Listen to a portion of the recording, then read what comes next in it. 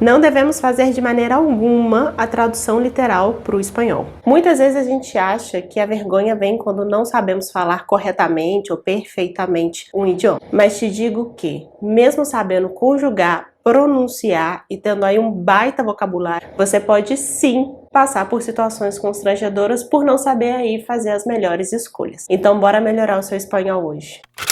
Oi gente, bem-vindos ao meu canal, meu nome é Letícia Taboraí, eu sou professora de espanhol e nesse vídeo eu vou te contar 5 coisas que você não deve dizer na hora de colocar o seu espanhol para jogo. Primeira coisa, dizer dame quando vamos pedir algo para alguém. Sabe quando em português você quer um pouquinho ou algo de outra pessoa e aí você fala, me dá um pouquinho? Não devemos fazer de maneira alguma a tradução literal para o espanhol. Não é legal você dizer, dame um pouquinho, dame um pedaço. Mas por quê? Porque dame é a conjugação no imperativo do verbo dar. E o imperativo é usado para algumas coisas, entre elas dar ordens. Então dizer dame um pouco é grosseiro, é mandão.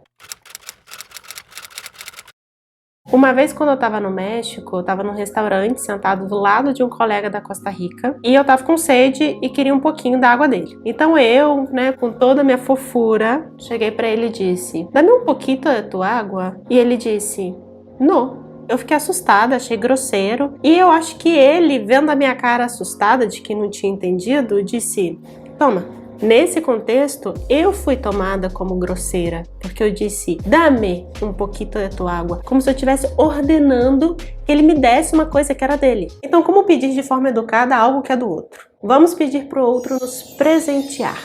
Isso mesmo. ¿Me puedes regalar un poquito de tu agua? Claro, toma. Gracias. ¿Me puedes regalar? Assim vamos pedir. Isso linka a outra coisa. Não esqueça de usar as palavrinhas mágicas. Tanto no México, como em outros países que falam espanhol, como a Argentina, é muito importante que você use buenos dias, como estás, antes de iniciar qualquer pedido ou atividade. No Brasil, pelo menos nas cidades que eu morei, normalmente as pessoas se cumprimentam assim. Ei, como que você tá? Como você tá? E aí, beleza? Beleza? Ou, peraí que eu vou fazer o bom. Bom? Bom, você responde uma pergunta com outra pergunta, geralmente na mesma hora, e ninguém responde como exatamente tá. Aqui na Argentina, as pessoas vão te responder normalmente com bien e vos. E vão esperar que você responda para depois ela te perguntar o que você quer, o que você precisa, enfim, iniciar a conversa. Sempre ser educado, chicos, independente do idioma, né?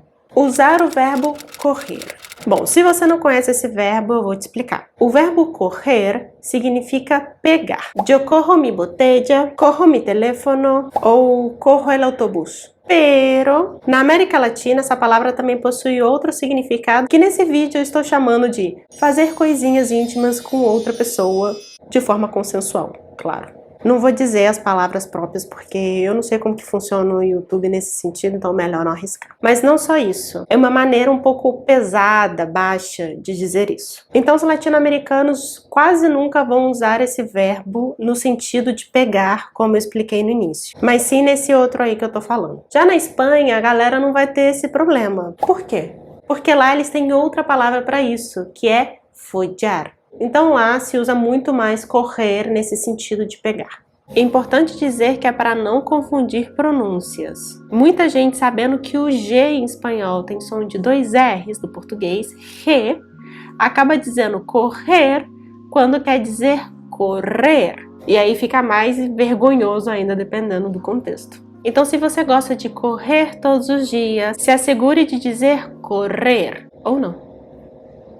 Você acha que vai ficar subido? Se você tá gostando desse vídeo, deixa aí o seu like. Terceira coisa, usar queria com ideia de desejo. Esse erro aqui não vai te trazer grandes problemas, mas não cometê-lo vai mostrar um maior domínio aí do idioma. Aqui é o clássico problema da tradução literal. Ai, queria um sorvete de chocolate. Ou seja, eu desejo um sorvete de chocolate. Queria um helado de chocolate. Quando no espanhol a gente diz queria, a gente está dizendo que a gente queria no passado, que a gente não quer mais. Então se eu digo eu queria um sorvete, eu queria, não quero mais. Quando desejamos algo, vamos usar outras 2 conjugações. Uma mais usada que a outra.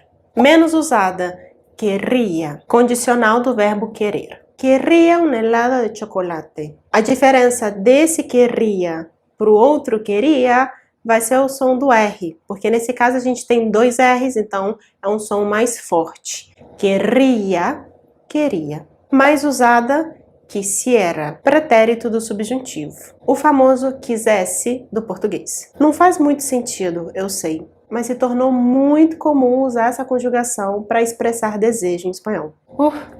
Quisiera tanto um helado de chocolate. Além de ser uma forma educada de pedir alguma coisa também. Quisiera um café e um chipá, por favor. Gracias. Última coisa. Usar palavrões sem saber o contexto. Você aprende que filho da p é hijo de em espanhol. Aí você que gosta de falar um palavrão, que chama assim conhecidos, pessoas com quem você tem intimidade, acha que fazer isso em espanhol vai ser sucesso. Só que não.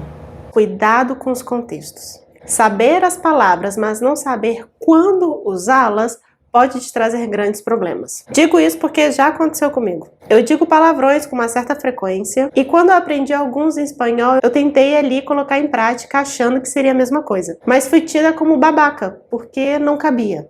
Então depois disso, eu comecei a reparar aonde que as pessoas, quando que as pessoas usavam, em que contexto as pessoas usavam, quais as grosserias que elas usavam, para aí eu começar a usar também. No México, você pode chamar um amigo de pendejo, ou a um desconhecido na rua também. E a diferença de um para o outro vai ser o contexto. O mesmo para boludo aqui na Argentina. Então, se você tem o costume de se expressar usando palabrotas, estude os contextos antes de aplicar as palavras que você aprendeu. Você conhece alguma outra palavra que a gente não pode usar aqui na América Latina ou na Espanha que eu não comentei nesse vídeo?